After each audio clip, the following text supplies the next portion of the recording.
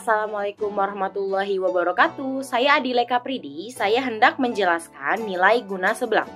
Seblak merupakan makanan khas Bandung yang sebenarnya mirip dengan makanan dari Sumpiah, Jawa Tengah. Seblak kini menjadi makanan jalanan yang digemari berbagai kalangan masyarakat, terutama di Jawa Barat dan Jabodetabek. Seblak berkembang menjadi makanan yang modern dan berhasil menarik perhatian.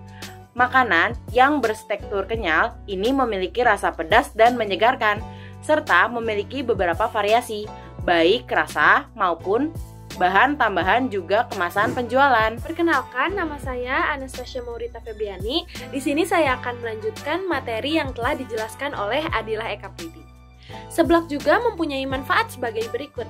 1. Mencegah kanker, 2. Menyehatkan jantung, 3. Sumber protein, 4. Sumber vitamin C, 5. Menurunkan berat badan, dan 6. Menghilangkan stres.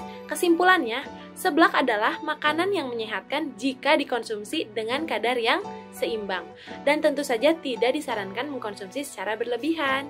Oke, nama saya Barkei Ibnu Ramadan.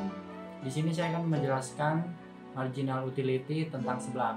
Seblak ini adalah makanan yang cukup populer di Indonesia. Sebelum saya masuk ke pembahasan marginal utility-nya seblak, saya akan sedikit menjelaskan tentang marginal utility itu sendiri.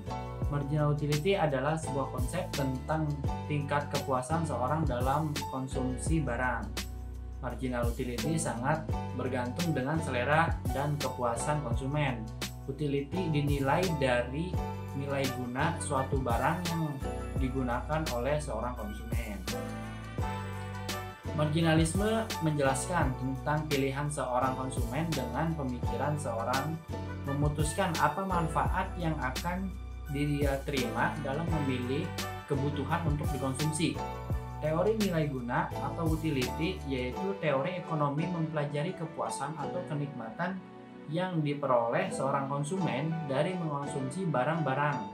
Kalau kepuasan itu semakin tinggi, maka semakin tinggi nilai guna atau utility-nya.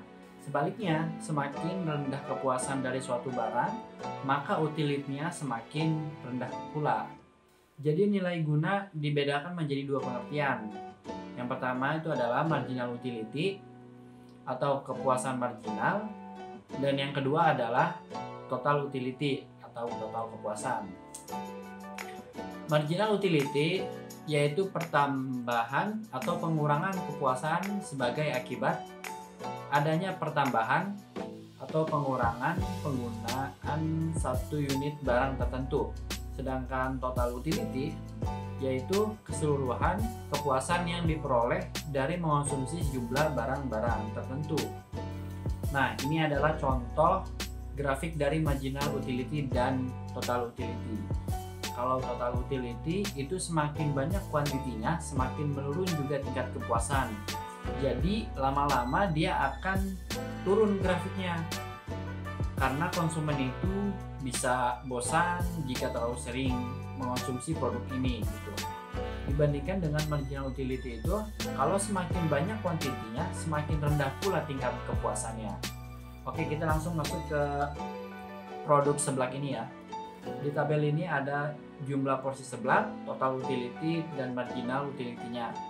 Nah, di tabel yang pertama ini adalah satu porsi dengan total utility-nya 1, dan 2 porsi total utility-nya 2, dan 3 porsi total utility-nya 3, 4 porsi utility-nya 4, dan 5 porsi utility-nya 3.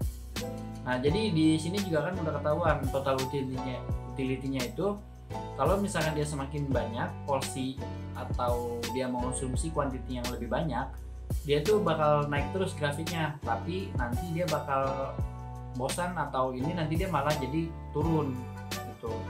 Nah, ini kita bisa dilihat yang porsi yang 4 porsi itu kan udah 4 total utility-nya. Nah, di 5 porsi ini total utility-nya jadi turun jadi 3. Nah, di situ ada penurunan ya. Lalu kita masuk ke utility, marginal utility-nya. Satu porsi marginal utility-nya itu 4, 2 porsi jadinya 3, 3 porsi jadinya 2, 4 porsi jadinya 1, dan 5 porsi marginal utility-nya jadinya 0. Nah, ini kalau misalkan dijadiin grafiknya itu seperti ini nih. Jadi yang warna biru ini itu adalah total utility-nya, dan warna merah ini marginal utility-nya. Nah, di sini kan total utility-nya 1 porsi, 2 porsi, 3 porsi, 4 porsi itu kan naik terus ya.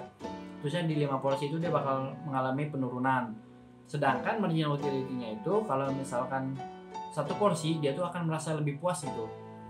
Terusnya di porsi kedua, ketiga, dan selanjutnya seterusnya dia itu bakal menurun gitu. Artinya tingkat kepuasan konsumen terhadap produk ini tuh semakin lama semakin menurun gitu, karena dia mengkonsumsi kuantiti dengan berlebihan gitu.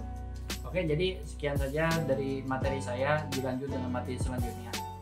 Assalamualaikum warahmatullahi wabarakatuh. Perkenalkan, nama saya Muhammad Chandra Rosid. Di sini saya akan mempresentasikan atau membahas mengenai indifference kurva. Apa itu indifference kurva? Adalah suatu garis yang menggambarkan hubungan atau kombinasi dari dua jenis barang konsumsi yang memberikan kepuasan yang sama. Di bawah ini adalah tabel contoh kombinasi dua barang konsumsi, yaitu konsumsi sebelah M dan konsumsi sebelah P, yang memberikan kepuasan yang sama. Kombinasi A sebelah M ada 9 porsi, sedangkan sebelah P ada 1 porsi, dan B sebelah M 7 porsi, sebelah P-nya 3 porsi. Kombinasi C sebelah M 4 porsi, sebelah P 4 porsi. Kombinasi D sebelah M 3 porsi, sebelah P 7 porsi. Kombinasi E sebelah M 1 porsi, sebelah P 9 porsi. Seluruh kombinasi yaitu A sampai dengan E akan memberikan nilai kepuasan yang sama. Mengkonsumsi sebelah dengan kombinasi A sama puasnya dengan mengkonsumsi sebelah kombinasi B, C, D, dan E. Jika data pada tabel di atas diplot pada grafik, akan diperoleh suatu garis yang disebut indifference kurva, seperti ini. Kita ambil contoh, pada kombinasi A, konsumen mengkonsumsi 9 porsi sebelah M dan 1 porsi sebelah P. Jika konsumen mengurangi konsumsi sebelah M menjadi 7 porsi, maka konsumen harus menambah konsumsi sebelah P sebanyak 2 porsi untuk membentuk kombinasi B, sehingga mendapatkan kepuasan yang sama dengan kombinasi sebelumnya. Baik, sekian presentasi dari saya. Mohon maaf apabila ada salah dan kurang dan kata-kata yang tidak berkenan. Assalamualaikum warahmatullahi wabarakatuh. Saya Muhammad Andinu Rizky akan menjelaskan materi tentang budget line atau garis anggaran pengeluaran. Karakteristik budget line adalah sebagai berikut. Yang pertama, berslope negatif. Disebabkan adanya efek substitusi antara barang X dan barang Y. Yang kedua, satu budget line untuk satu jumlah anggaran tertentu. Semakin besar jumlah uang yang dialokasikan untuk membeli barang X dan Y, karakteristik budget line adalah sebagai berikut. Yang pertama, berslope negatif. Disebabkan adanya efek substitusi antara barang X dan barang Y. Yang kedua, satu budget line untuk satu jumlah anggaran tertentu. Semakin besar jumlah uang yang dialokasikan untuk membeli barang X dan Y, ditunjukkan oleh garis yang semakin menjauhi titik nol. Yang ketiga, panjang penggal vertikal menunjukkan apabila keseluruhan dana digunakan untuk membeli barang Y. Sebaliknya, penggal horizontal menunjukkan apabila seluruh dana digunakan untuk membeli barang X. Perkenalkan, nama saya Putri Fauzia Srindapura. Di sini saya akan menjelaskan contoh penyelesaian kurva kombinasi konsumsi dua macam barang. Di sini saya mengambil eksempel barangnya seblak original dan seblak pedas menggunakan anggaran yang sama. Contoh penyelesaiannya adalah M sama dengan anggaran, X sama dengan jumlah barang, Y sama dengan jumlah barang, PX sama dengan harga barang, dan PY sama dengan harga barang. Di sini sudah diketahui anggaran atau M sama dengan 150.000, harga per pieces seblak original atau X sama dengan 10.000, harga per pieces seblak pedas atau Y sama dengan 15.000. Berikut contoh penyelesaiannya atau asumsi 1. M tadi sudah diketahui anggarannya adalah 150, X belum diketahui, Y belum diketahui, PX sama dengan 10.000 atau tadi harga seblak original, PY atau harga seblak pedas tadi yaitu 15.000. Jadi gimana caranya anggarannya ini atau M-nya ini 150 ini habis jadi tidak tersisa. Saya taruh X sama dengan 3. Kenapa saya taruh seperti itu? Agar pas. Dan Y sama dengan 8 agar pas. X dikalikan dengan PX sama dengan 30. Jadi X sama dengan 3 dikali PX sama dengan 10. Jadi 3 dikali 10 sama dengan 30. Dan Y sama dengan 8, saya taruh 8 dikali dengan PY sama dengan 15. Jadi 8 atau Y dikali dengan PY sama dengan 15 adalah 120. Jadi di sini PX hasil dari X kali PX dengan hasil Y kali PY itu disatukan. Jadi 30 ditambah 120 sama dengan 150 dan tidak tersisa. Berikut cara membuat kurvanya adalah kita taruhkan titik Y, 0, dan X.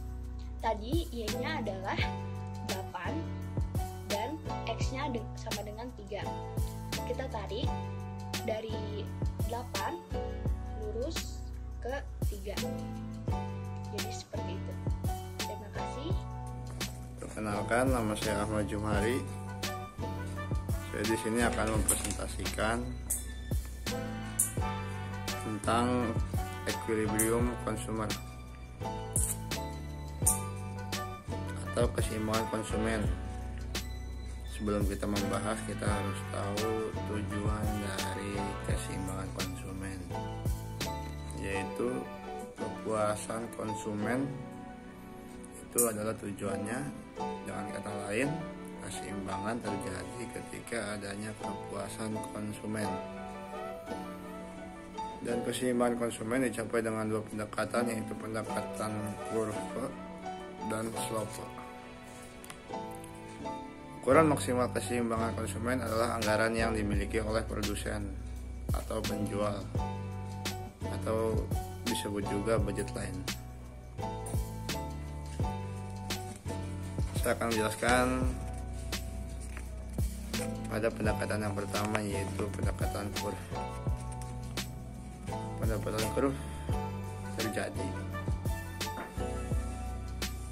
kepuasan atau keseimbangan konsumen terlihat pada kurva yang terjadi atau bersinggungannya antara interference curve dan budget line. Baik, saya akan menjelaskan tentang kurva yang ada di gambar di sini. Kurva yang ini kurva yang memperlihatkan terjadinya kepuasan konsumen yang terjadi pada sablak A dan sablak B. Di sini terjadi kepuasan, yaitu kurva sablak A berjumlah 3 dan sablak B berjumlah 10. Di sini terjadinya kepuasan. Kurva yang kedua yaitu kurva terjadi karena adanya perubahan budget line. Kurva terjadinya kenaikan harga salah satu karena terjadinya kenaikan salah satu harga sablak, yaitu sablak B. Jadi semakin naiknya harga, maka semakin turun juga kepuasan pelanggan. Jadi terlihat juga penurunannya, itu kurva sablak A berjumlah 4 dan sablak B berjumlah 3. Yang ketiga yaitu kurva yang terjadi karena adanya kenaikan pendapatan masyarakat atau konsumen. Semakin naik pendapatan, semakin naik pula kepuasan konsumen terjadi. Di sini kita lihat kenaikan sablak A dan sablak B. yaitu sablak A berjumlah 5 dan sablak B berjumlah 12. Lihat juga semakin keluarnya garis IC atau inference curve.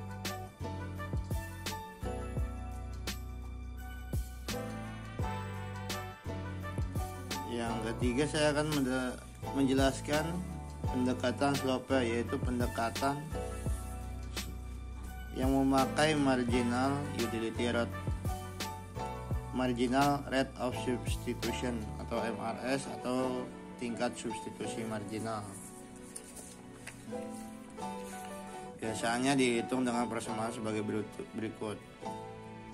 MUX atau marginal utility X per MUI atau marginal utility Y sama dengan PX atau harga atau price X, PY atau price Y.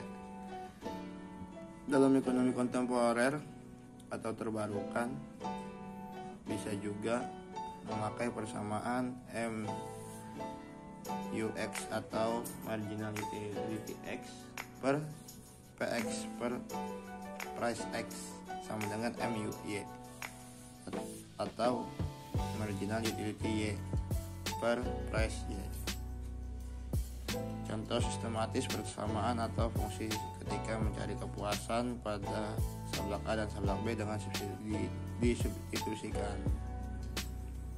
Income 44, PX sama dengan 2, PY-nya atau price-nya sama dengan 6.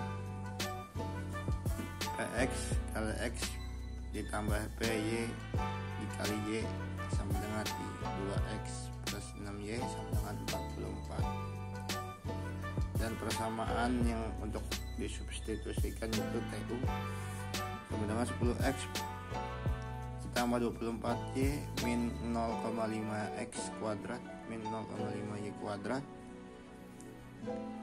disubstitusikan 10 min X per 2 sama dengan 24 min Y per 6. 60 min 6X sama dengan 48 min 2Y. 2Y sama dengan 6X atau dipindah ruaskan 2Y tersebut sama dengan 6X plus 48 min 60. 2Y sama dengan 6X min 12, Y sama dengan 3X min 6. 3X sama dengan 3X min 6 sama dengan atau disebut juga BL atau budget line. 2X plus 6 dan dimasukkan nilainya Y-nya itu 3X min 6 sama dengan 44. 2X plus 18X min 36 sama dengan 44 sama dengan dipindah ruaskan 36 nya yaitu sama dengan 20X. 2X ditambah 18X sama dengan 20X. 44 ditambah 36 sama dengan 80. X sama dengan 80 per 20 sama dengan 4. Kita masukkan ke dalam Y sama dengan 3 dikali 4 dikurangin 6 sama dengan 6. Jadi X sama dengan 4, Y sama dengan 6. Sekian dan terima kasih. Wassalamualaikum warahmatullahi wabarakatuh.